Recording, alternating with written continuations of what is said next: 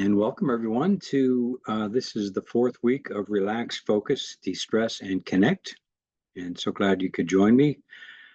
Just a reminder, I am recording this and I will post the slides and the recording link to our Thrive page, which is the live and recorded resources page. That's where you can find those after the session. And again, just a reminder that these sessions do qualify for the Know Your Numbers personal choice activities. Sometimes there's a question about how to do that. So, I'll be on in the end if you have any questions, or you can reach out to me at my email, which you see there. And just a reminder about the EFR, which is Employee and Family Resources. That's the program I represent. And the main phone number, which is 24/7 access, as well as the web address where you can start and just get information, but also begin if you're looking for services from the program. You can either call or you can use that web address. All right, so we're going to start with a quick pause just to kind of help us center and let go of all the stuff that we've been working on. So just for a mindful minute, just like pay attention to your breathing, and you can just sit comfortably. You can be in any position, really. This pause practice can be done really on the go. So for right now, just be comfortable in whatever position you're in. You can close your eyes, but you don't have to. But just pay attention to your breathing, the normal inflow and outflow of each breath. So just train your attention there, kind of like we did with the focus practice. So keeping your focus on the breathing for a few cycles.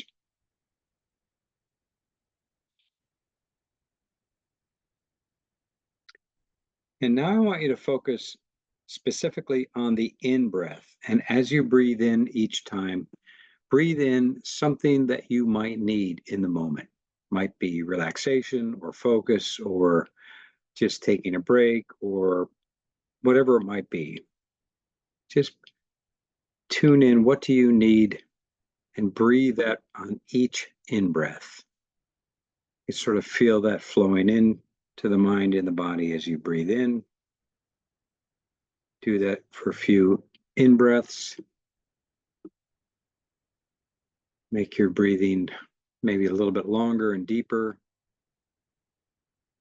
And now focus on the out-breath. And for each out-breath, I want you to think of somebody in your life that can use something, somebody that you're thinking about that's kind of on your mind, your heart, and whatever you think they might need on each out breath, sort of just send them that mentally. Kind of direct your thoughts to that person, and you can even imagine them sort of receiving that as you breathe out each and every time.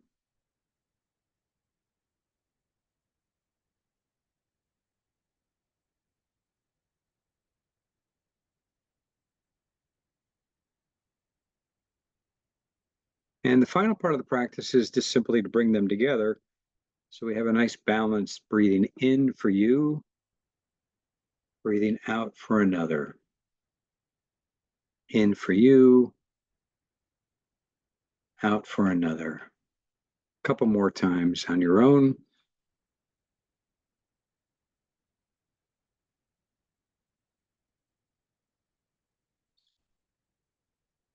Okay, so if your eyes have been closed, you can open them. And that's just a quick pause practice that kind of is an intro to what we're going to be doing today. We're talking all about connection with others, but also connection with ourselves. And so we're going to be going over compassion and connection and self-compassion. So before we get into all that, just want to ask you, how's your practice going? If you attended all 3 classes up till now, this is the 4th.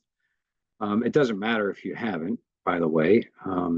Just wondering, have you been able to practice some of these things? The first class was all about learning and trying new ways to relax the mind and the body. Second was about focusing our attention and really developing that sense of focus and concentration. And last week's class was all about simple de-stressing techniques, which are similar to the relaxing, but then also we talked about ways to kind of reframe how you've done that, reframe the stress that's going on so that you can sort of use that energy, sort of harness the energy that the stressor gives us, because it does give us like a little bit of fight or flight jolt of energy. How can we use that and reframe that for ourselves? So I see a few of you put some comments in, so thank you. Yeah, please feel free to continue doing that. I have everybody on mute, but I would love to hear your comments on that chat feature. So this is a good one. I had an exam this week, and the focus helped me prepare well. Good. And from what I understand, also relaxing, that's one of the things that people struggle with test-taking anxiety. That can kind of really, um, ruin the memory and the flow of what's going on in the mind. So both relaxing and focusing can be very good for that. So if others have comments, I see a couple of goods and going well. So very good. And thank you for those. Please feel free to add some of those in. Just remind you that I've tried to introduce both formal practices, such as a formal meditation to relax or focus or de-stress. We're going to do another formal one today, and informal, simple, quick practices that you can do. The best is if you can do a balance between the two, formal and informal. That helps create a good regular practice. And look, I know this is hard to do. It's one of the reasons why we have multi-session classes, to give you some tools and hopefully help you build the habit of these mindfulness practices. So hopefully I've set you a little bit on the road to doing that. And I'm going to show you again at the end a number of different resources that you can use to kind of keep that going. So today is about connection, but also that means kindliness towards ourselves and others. And that really, if you mix that with mindfulness, we come up with kindfulness. And that's really what it's about. First, being kind to ourselves. So we're going to do a little bit on information on self-compassion. And that helps us, of course, be more in tune with and in touch with others, and to do things more mindfully, to be connected to others. So just going to bring up this first idea that we all know the guidelines for staying healthy, physically, eating well, exercising, all those kinds of things, how important they are, getting good rest and sleep. But how many of us have thought seriously about our social lives as one of those ingredients? The strength of our relationships and our sense of belonging in a community as a key to staying healthy. Now, in fact, I don't have a reference for this directly, but you may have heard about the Harvard study. It's a long-term, longitudinal study they did with folks who attended Harvard like 70 or 80 years ago, and they followed them over the courses of their lives. And in that time, they added a number of people to that, so it was a more diverse population. And they tracked their healthy habits and the things that they did to take care of themselves, and which were correlated to longevity and happiness and well-being. And what do you think the number one factor was that came out of all of that? Even more so than eating right and exercising and keeping our cholesterol and things like that in check, all those things that we know we should do. But the most important factor for a person's long-term connection with and longevity and happiness and well-being is connection in your social network, and having a good social network. So that's kind of what this is all about. So it's hard these days, though. I've showed this before, but I'm going to be quiet for a minute as you read the cartoon. Good old Dilbert.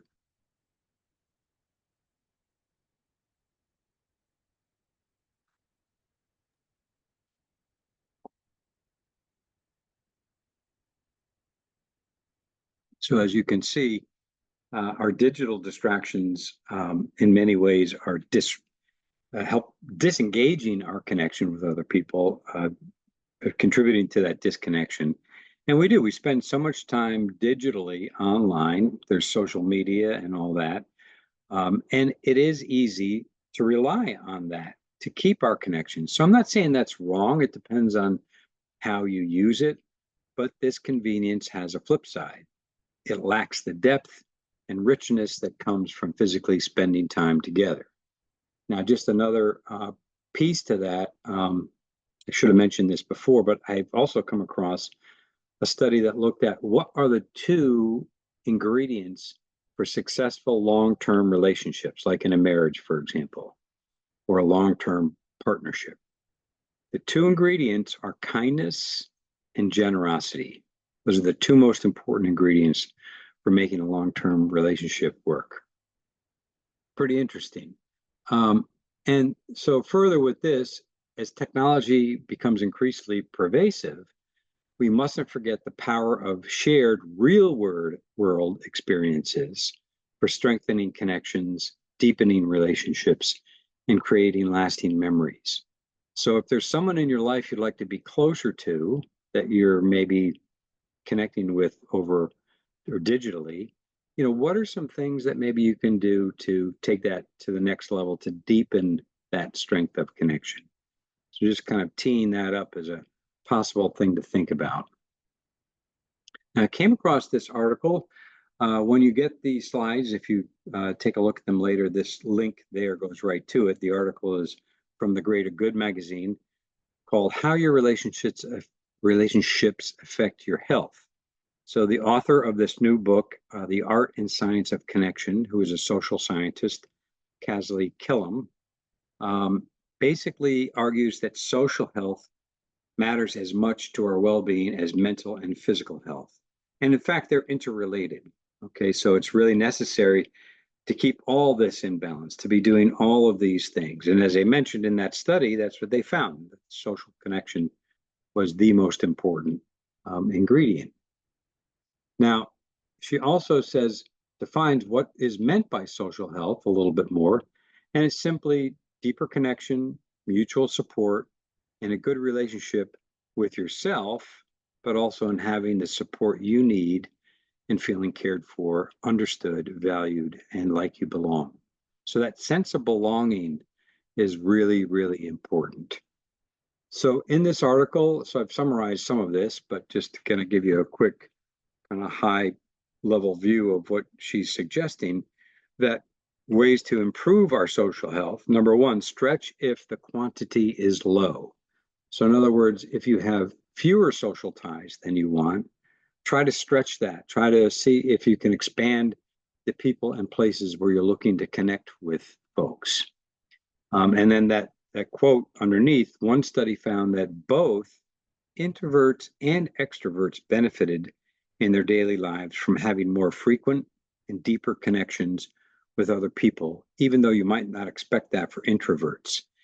And another study that I came across even showed that even brief conversations with the grocery store clerk, or the people that we come across at the coffee place, or those quick little interactions that we have, even those small little niceties, those courtesies we have with people, make a difference. They make a difference in how we feel about our social connection. Oh, I want to skip the rest there. So rest if the quantity is high. So some folks have too many connections. There's an awful lot going in their lives with family and friends and coworkers and all of the social networks that we have. And so you might want to dial back a little bit. You might want to create some boundaries and look at what are the ones that you really want to focus your time on. The third is increase the closeness if the quality of some relationships are low. So what are some things that you can do, as I mentioned before, if most of your connections are by texting, for example, maybe having a phone call or meeting over a cup of coffee, or a meal or something like that, and really spending that time face to face can make a big difference. Flex if the quality is high. So if the quality of your relationships is already high, you may not need to do much with general maintenance, but just to keep it going, but continuing to do whatever is working in nurturing your relationships. So maybe taking a look at what is working in those specific relationships and making sure we keep those keep those active. Couple more things. I found this interesting for those who want to who want something more specific. Now, I actually haven't looked at this link, but Canadian researchers created numeric guidelines, much like, we've been told we should, have 10,000 steps a day, drink 8 glasses of water, get 8 hours of sleep, those kinds of things.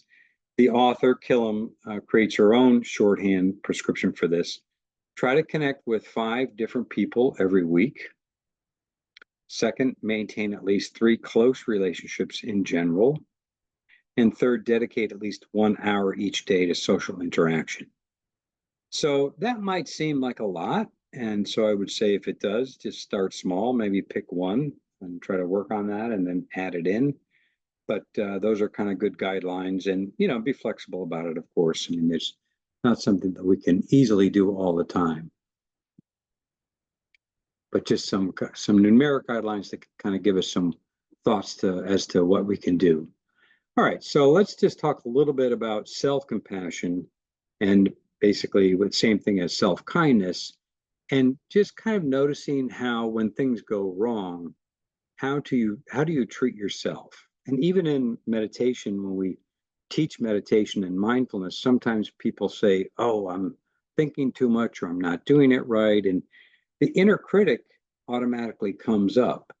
And so that's natural. That happens for a lot of us. In our society, we've kind of been taught about, achievement and, striving and those kinds of things. So this whole field of self-compassion, which is relatively new, and developed, one of the researchers, which I'll show in the next slide, is Kristen Neff.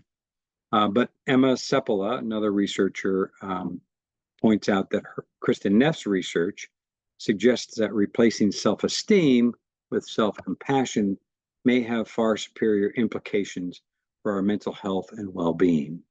So think about that. Self-esteem can be easily up and down. Things go, you have a bad day, or things are disrupted, or there's some drama going on in your life or something. Self-esteem can easily be eroded. So self-compassion is, you have a lot more control over self-compassion in some ways. So self-compassion is treating yourself like your best friend and kind of thinking about what's your self-talk when things are stressful, or when you're facing a challenge, or when they're not going as expected. How do you treat yourself? And try to take a look at that first so that you're aware of that.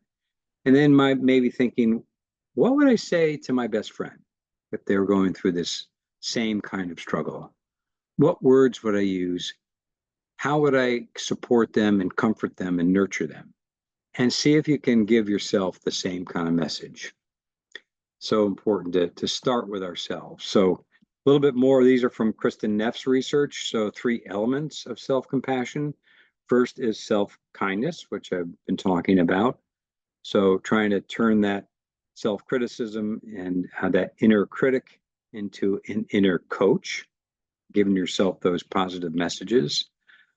Common humanity. This is kind of an interesting one, where to realize that when we're struggling and facing challenges, that we sometimes feel like we're all alone, and that we're the only ones kind of going through this. And we sort of say, why me? Why does this always happen to me? But to realize that, with the billions of people on Earth, and the many, many difficulties that we all face, there's probably someone who's going through exactly the same kind of thing. And if you think about support groups, for example, that's why support groups are so helpful, because you're banding together with people who really understand what you're going through. So it's simply the awareness that you're not alone, there are others, and that we have this kind of common humanity, that we're all human. We all go through this. We all kind of struggle at times.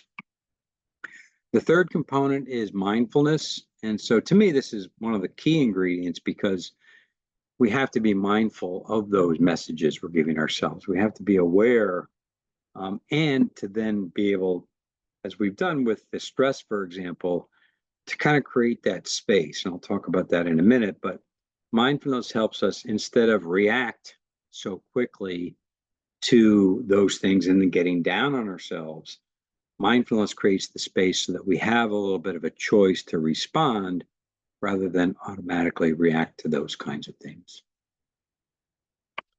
I just like this image. This is, kind of an image where we think of holding ourselves, holding all those things that we're going through with all the words, encased in our own hands. So it's just kind of a way to kind of think about taking care of ourselves. And this is the space part. So this quote I kind of like: making space for ourselves, giving ourselves permission to let go of self-judgment for a few minutes and approach our need with more compassion. I'll just pause because it's one of the reasons why I said in the beginning practice, what's something that you need in the moment? And that's the mindfulness part. To be aware of what would be helpful to me right here and now. What is it?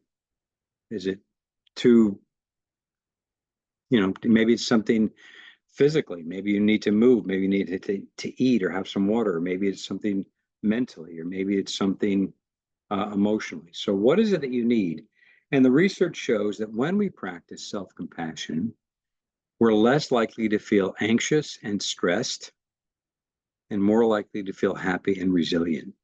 So this can regulate our heart rate, reduce inflammation, and improve sleep. So pretty impactful kinds of things. So with this practice, this is just really a quick practice I just want to mention, kind of a quick connection practice to get us thinking about it.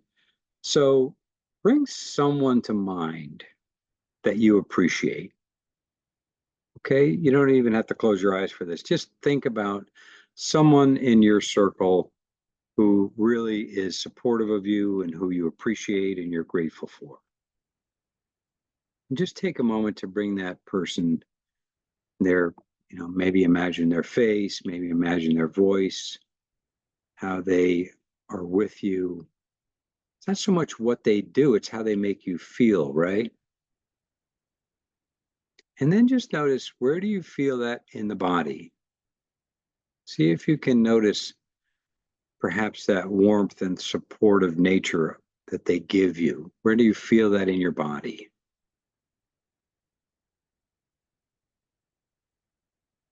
And just take a moment to kind of quickly scan. Maybe it's a little bit of softening in the jaw or the neck or shoulders, or a bit of warmth in the chest. And if you don't feel anything, that's fine. Don't worry about that. But that's kind of the mindfulness part of it, is to be aware of when we think about someone like that, what happens to us. And then to be able to kind of marinate in that, to appreciate that.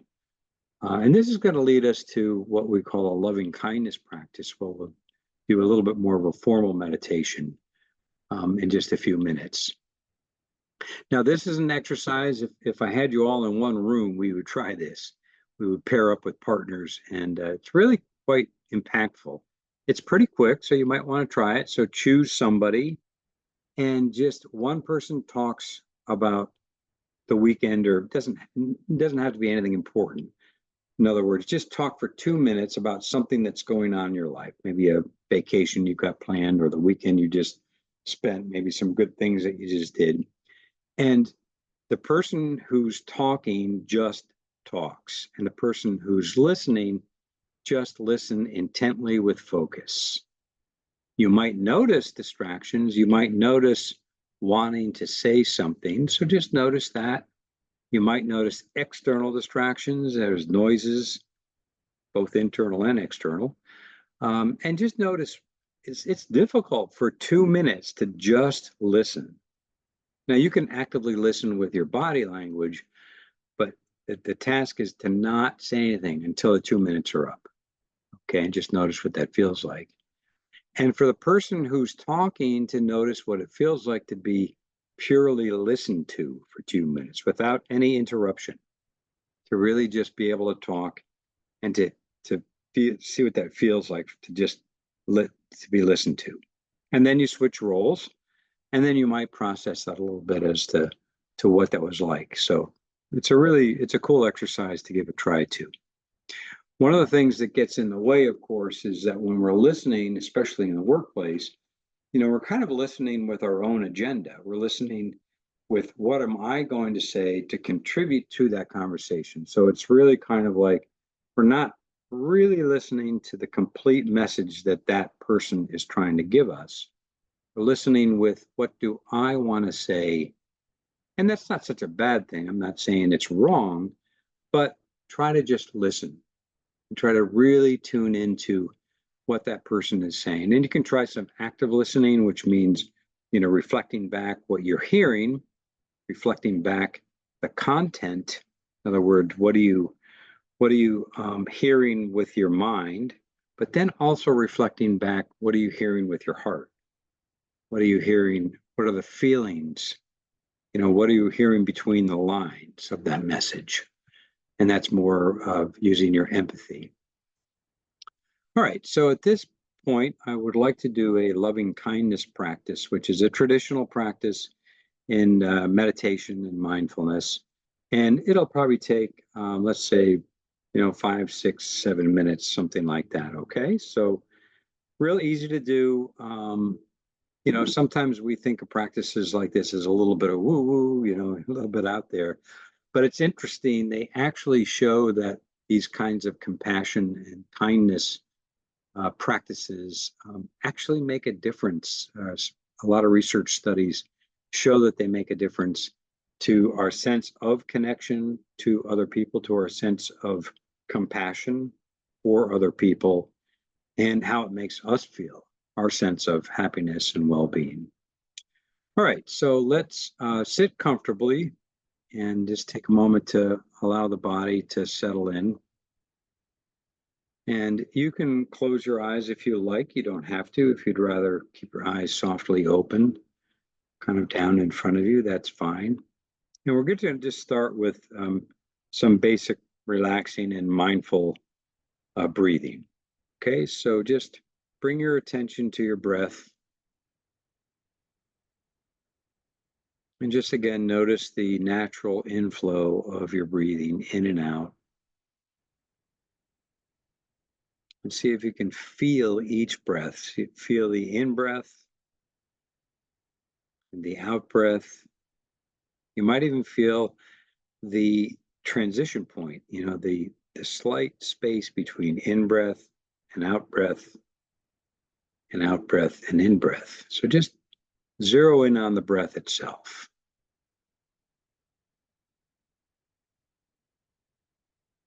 And remember, the basic instruction is if you get distracted, that's okay. Don't worry about that. Just let go of that distraction and bring your focus back to the next breath. It's that simple. And don't be hard on yourself. That's really important. Bring that self-kindness into the exercise.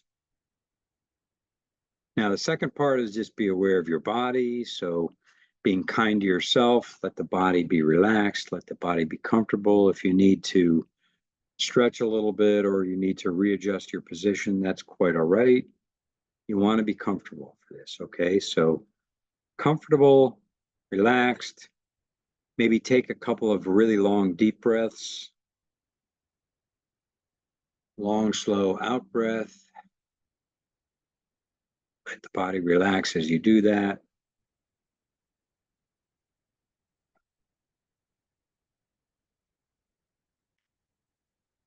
And then just let your breath resume to its natural, easy rhythm. Just breathe easily and just rest on the waves of your breathing. Give yourself permission to rest and relax. Now, bring to mind that person. It could be the same person or persons that you appreciate. And just take a moment to kind of bring them into your mind's eye. Again, just be aware of who they are and what they look like, and maybe their smile and their eyes and their voice. And we're going to send them these messages mentally, okay? May you be safe. May you be happy and healthy. May you be free from stress and suffering. Okay? And do that again and just mentally to yourself, directing this message to that person. May you be safe. May you be happy and healthy. May you be free from stress and suffering. And just sort of let yourself feel that for a moment. Maybe imagining them receiving that message, smiling back. Now, for the next step, imagine you're sitting with that person and you're going to send the same messages to that person and yourself. May we be safe. May we be happy and healthy.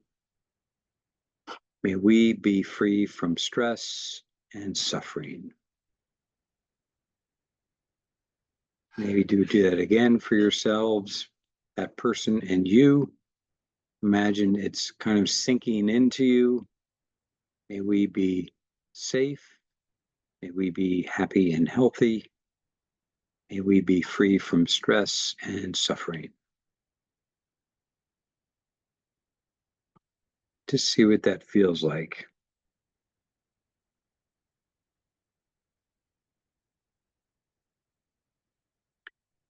Now, for the next step, I'd like you to bring to mind somebody in your life who's kind of neutral. Maybe that person in the coffee shop or the grocery store, or I don't know, the dry cleaners, just somebody that you interact with, but you don't really know them well. They're kind of neutral in your life, but you know them. You smile and chat with them and just kind of bring them into your mind's eye. Doesn't matter, just pick someone and send them the same message. May you be safe. May you be healthy and happy. May you be free from stress and suffering. One more time. May you be safe and healthy and happy. May you be free from stress and suffering. Now, this next one is maybe a little more difficult. Maybe bring to mind, if you're okay with it, someone that you have a little difficulty with, someone who's, a bit of a challenge for you. Because let's face it, we all want to be happy. We all want to be free from suffering. We all want these things, right? So bring that person to mind who's, a little bit difficult, and thinking of them, send the same messages. May you be safe. May you be happy and healthy. May you be free from stress and suffering.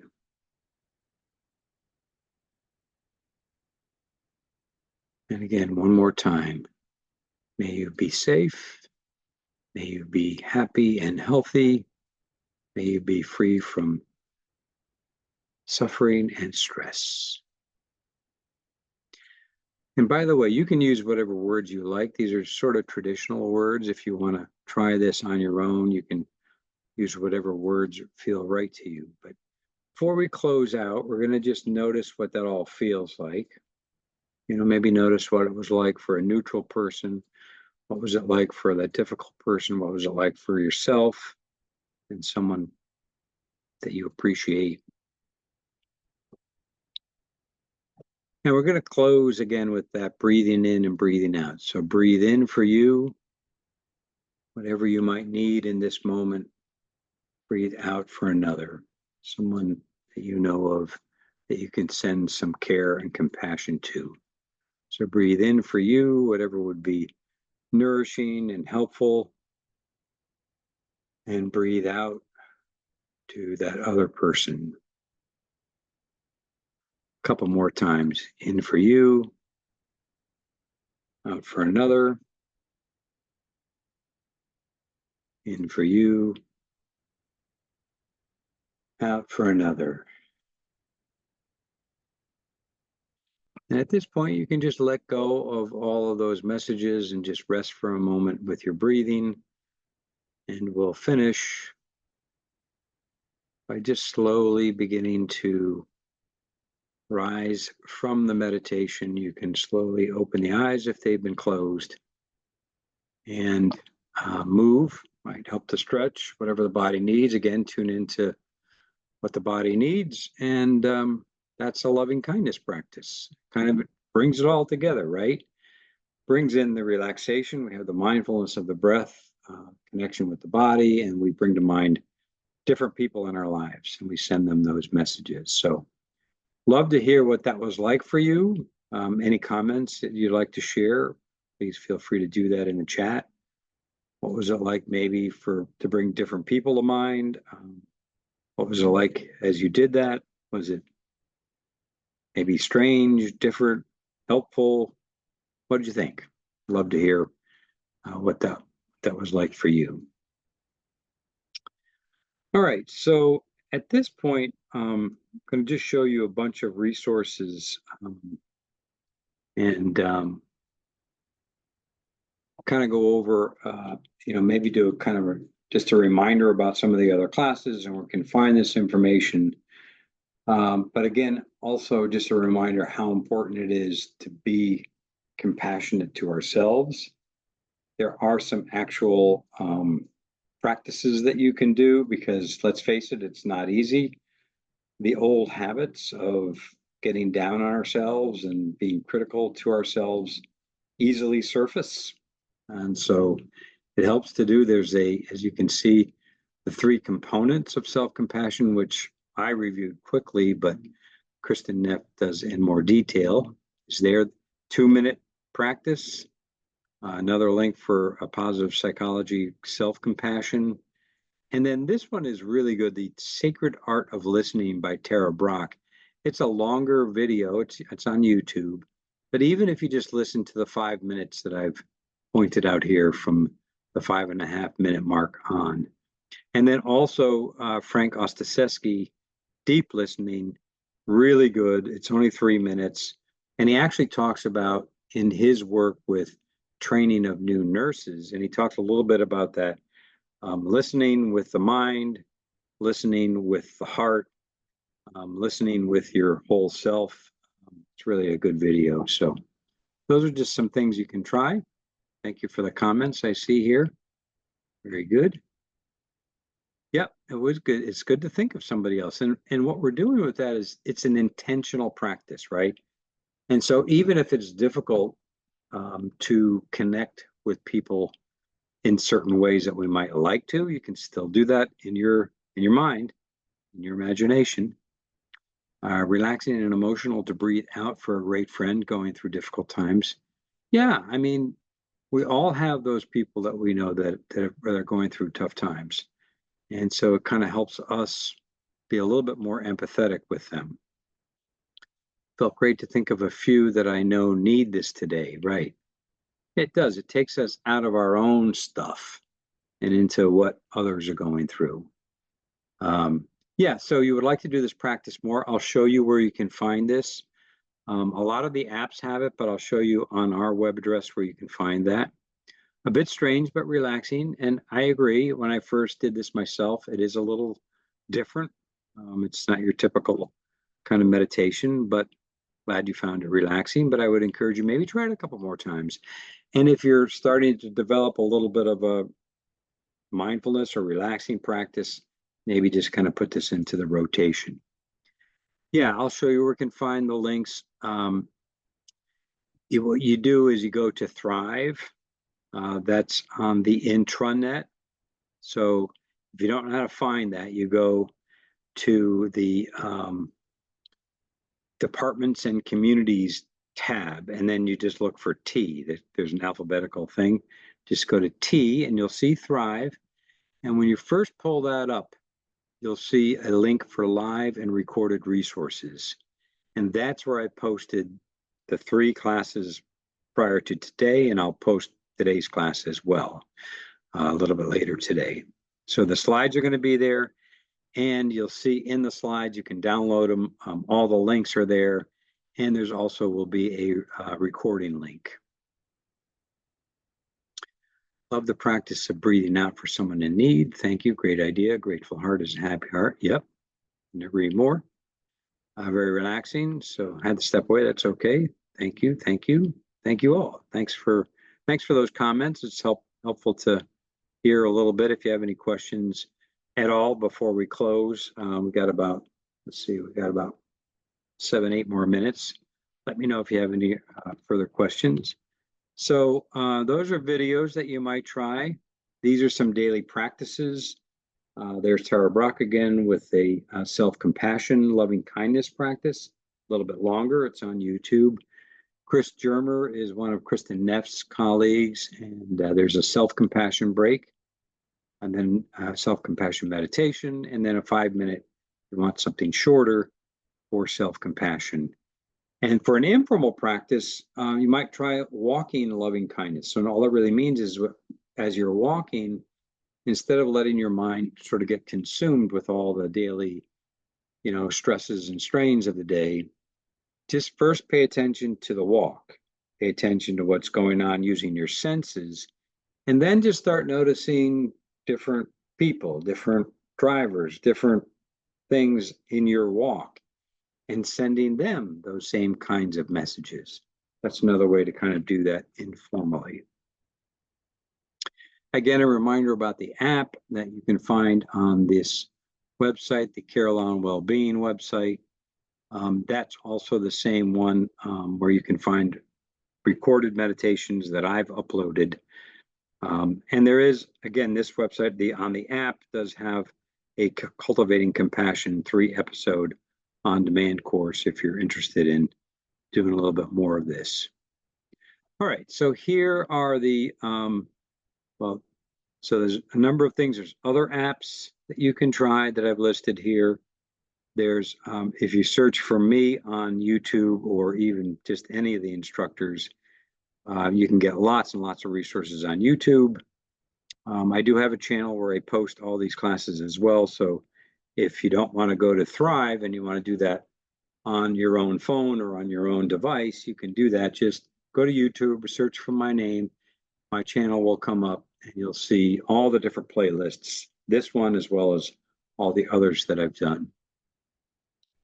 Mindful.org is a great website with lots of different options and lots of different kinds of meditations and articles. The Greater Good magazine is great. They have a podcast. They have, weekly newsletter if you're interested in that. And then there's a whole bunch of other podcasts as well. So, all right. I see your thank yous there. Thank you for all of those. Very nice. So again, a reminder about our phone meditations. These are still going on every day, Monday through Friday. So these are live meditations. You just call in, there's an access code there.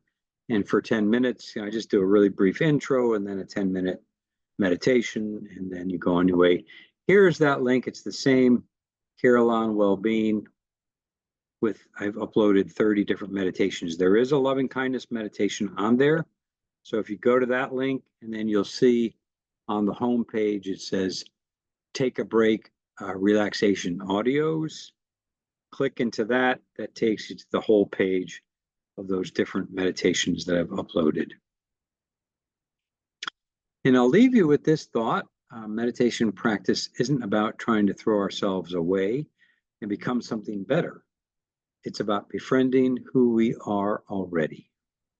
And that's really what the whole self-compassion is about. And all of the mindfulness, I hope that's come through, but it can be self-improvement, but it's not about trying to do things to improve ourselves. It's about sort of uncovering the beauty and awareness that's already there.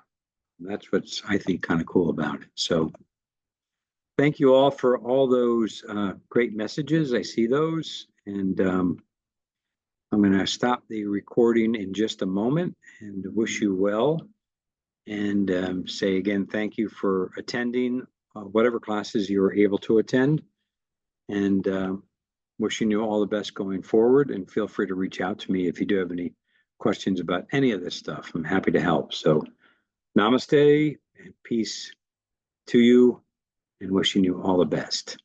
Take good care. I'll stop the recording. Thank you. Thank you.